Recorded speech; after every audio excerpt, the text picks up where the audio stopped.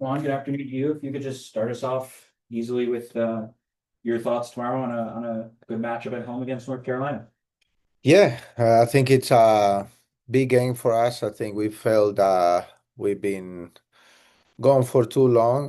We've been together now for this season almost four months, and if you put together all the time that we haven't really played a home game, it's gonna be even longer than 5 months, you know. So it's been definitely a long time between the last time we were able to play with our fans there and how we're gonna play when we're gonna play tomorrow. So we're really looking forward to do that. I think North Carolina is a great opposition. Obviously, we saw the last game of the regular season last year, and they've started the season well again. So with the new coach Mac, so yeah, definitely an exciting game, and hopefully a game that our fans can enjoy. You know, that's the main target. We want to go there, make sure our players can enjoy, work with each other, and make a special day for all the people that's gonna be there watching our home opener. No?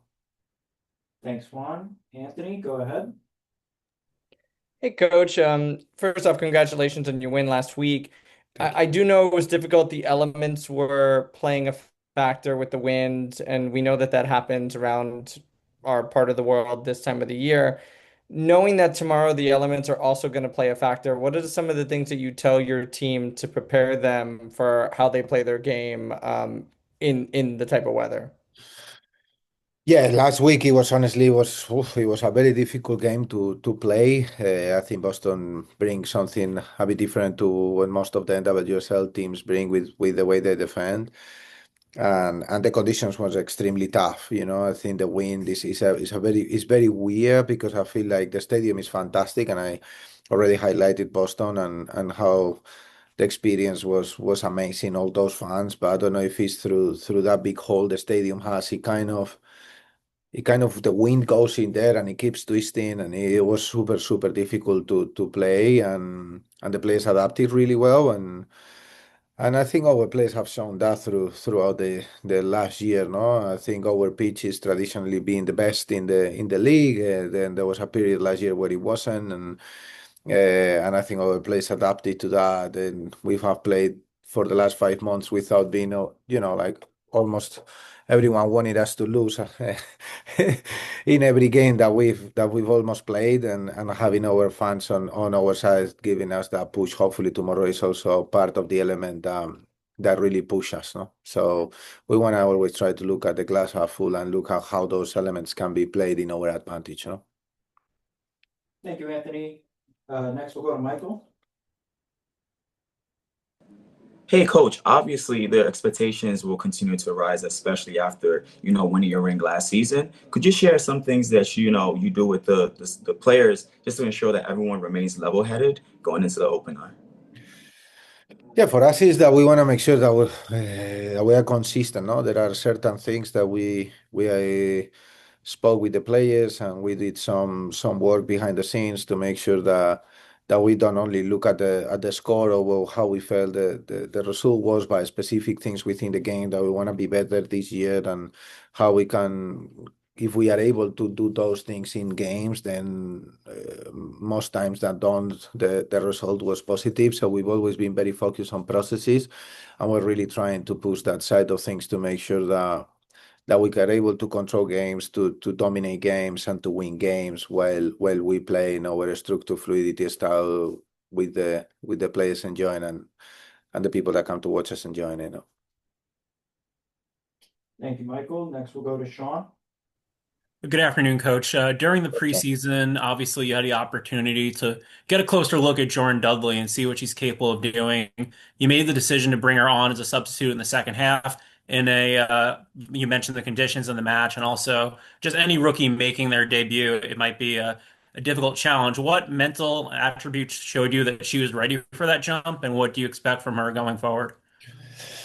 Yeah, well, I think Jordan is a very special player. Everyone is seeing that. We actually suffered. We always joke, and even a couple of years ago in a friendly that we played, she was already extraordinary. She's a really special player, not only because she's probably something that everyone can see is how she can run in behind, be aggressive on 1v1s and score goals, but like her commitment to defend is unbelievable.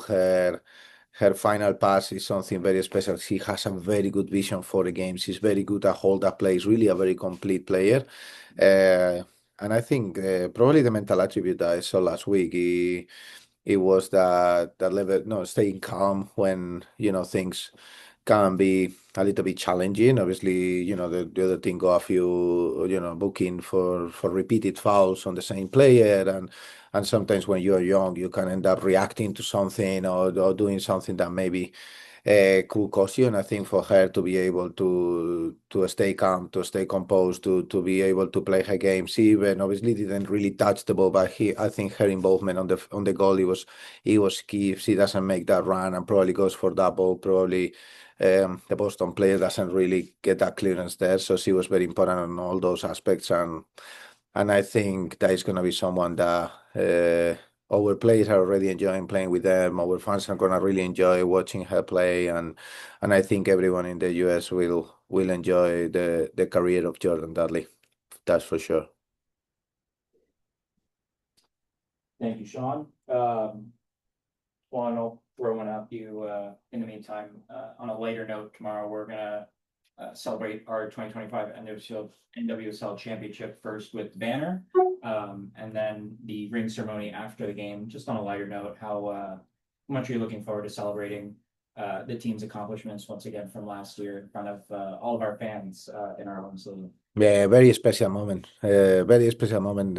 Sometimes, and the way I am, and the way we all are, like we're so focused on the game that probably that goes on kind of behind it. But for us to be able to do that with our fans, to try to build a legacy, to try to build a way that Gotham is recognized not only in America and around the world with our style of play, with how we do things, and being able to be successful. And when that banner goes on the wall, is something that stays there forever, and those rings are things that we keep forever. The experience of finally being able to do that there with our fans, that stays with us forever, and it's the reason why we do what we do, because we want to win.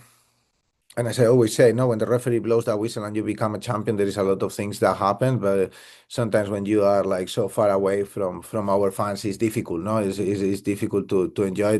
We had a lot of numbers of a lot of our fans there in Bay at the Bay Stadium last year, but I'm sure we're gonna have a lot more tomorrow. So we're looking forward to it. We're looking forward to be with them, because it wasn't an easy season. That's also part of what we want to do. We want to be better at home. We want to be better at home for them, and hopefully we can start tomorrow with a positive performance, a positive result, and a celebration all together at the end of the game, because that will be very special. Next, we'll go to Anthony. Coach, in the last game, Esther Gonzalez scored the game winner. She's been here for a few seasons now. Whether she's a starter or off the bench, it feels like whatever you need her to do, she does it. Can you speak about just how versatile she is and just how important she is to everything you do in this club?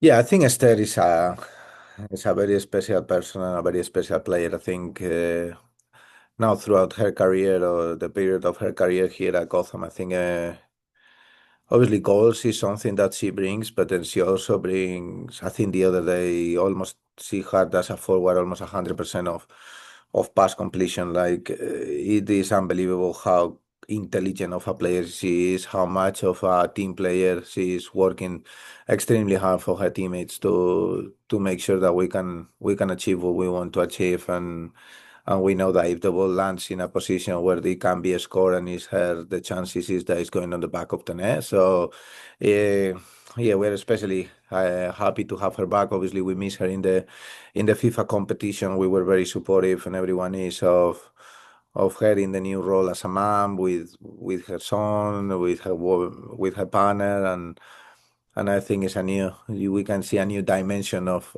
Esther Gonzalez now, like, and I think it's also something to celebrate, no? The fact that she's growing on the pitch with us, but it's also growing off the pitch, and it's a special stage in her life that I think we are all able to celebrate with her. The fact that now we have Liam, I think, Probably will be the first time that he will be in the stands. I don't know yet, but that will be definitely a motivation for her and for all of us.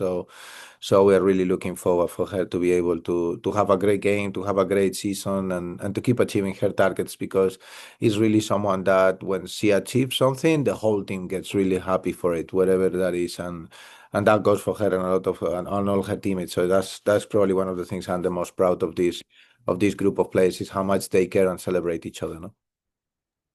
And last, we will wrap up with Sean. Hi, Coach. Thanks for taking one more. On the Absolutely. back of that, as there's experience, Katie Lamson's experience for young players who are coming to the squad, how much of having that model, having that experience, having somebody who's done so much, and each of those players who've seen the highs and lows, who've kept up such consistency late in their careers, how much is that a reference for them going forward? Well, I think it's massive. I think the senior players that we have in this club as well, they are really guiding the young ones into how things need to be done and how you can deal, as you said, no, with those ups, those downs, those moments of injury, those moments of where you might be in the team or you might not be in the team. How success and winning games and losing games, but staying true, control what you can control, which is your commitment, your attitude, and your performances. And I think, as you said, no, I'm glad that you mentioned Katie there, or Esther, together with Emilia and Jess, like every other player, Mitch, that have been, Rose. We have so many of those players as well that are really guiding the young ones. And when you are people like Sarah Supansky or Jordan Dudley or Lily Rio, that you're starting your career, but you go on the pitch with them and you go in the day to day with them, and I think it just really makes a big difference. The fact that you can really like relate yourself to them, and seeing and learning how to deal with all those situations, because it's not easy, this as players and also as coaches, but especially as players, a lot of your identity as a human goes to who you are as a player, and it's not all that you are also a person. So it's important to manage those situations as well, where things go bad or don't go how you want them to go, or also when the things go well, how to manage that, and having those senior players, it really helps the younger ones.